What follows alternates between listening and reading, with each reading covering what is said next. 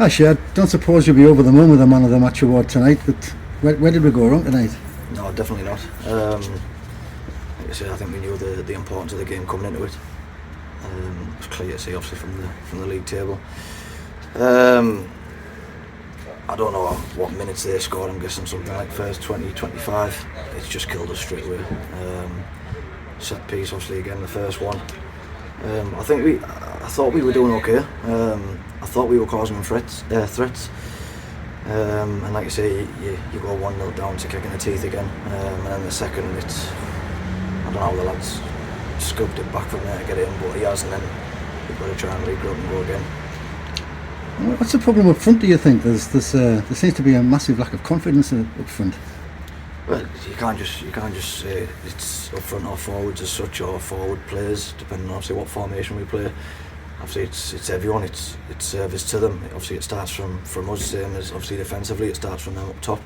Obviously we need to score more goals, but I don't know, I think you can look at a few things, but you can't just say it's the forwards, I suppose.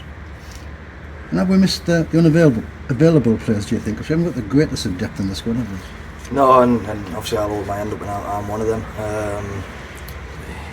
Frustrating, I can only obviously speak for myself. I'm guessing that the management team, it's frustrating for them because I know they've kind of had the same team for a few games, but chopping and changing isn't ideal. You want to try and get an 11 that you want to go with as such, I suppose. But at the end of the day, it's semi-professional football. It's people have lives, they have works, they work shifts.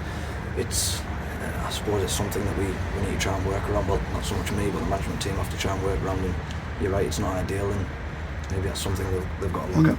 And what's the situation with your unavailability? I mean, I know it's a work thing, and nobody can complain about that. You've got to make a living. But how many of the games remain, and will you be available for? Do you know this? I don't even know how many games we've got left. I won't be. 10. I won't be there for all of them, that's for sure. It's week to week basis. Just obviously depends where I am and stuff. But yeah, that's like I say, I hold my hand up for that. It's not ideal, but it's one of them. It's work commitments and stuff outside as well. Do you think the squad's big enough and good enough to get us out of this, or do we need to bring some players in? Given, I suppose that's a question that you've got to ask the management team. For me personally, we've got to believe in ourselves.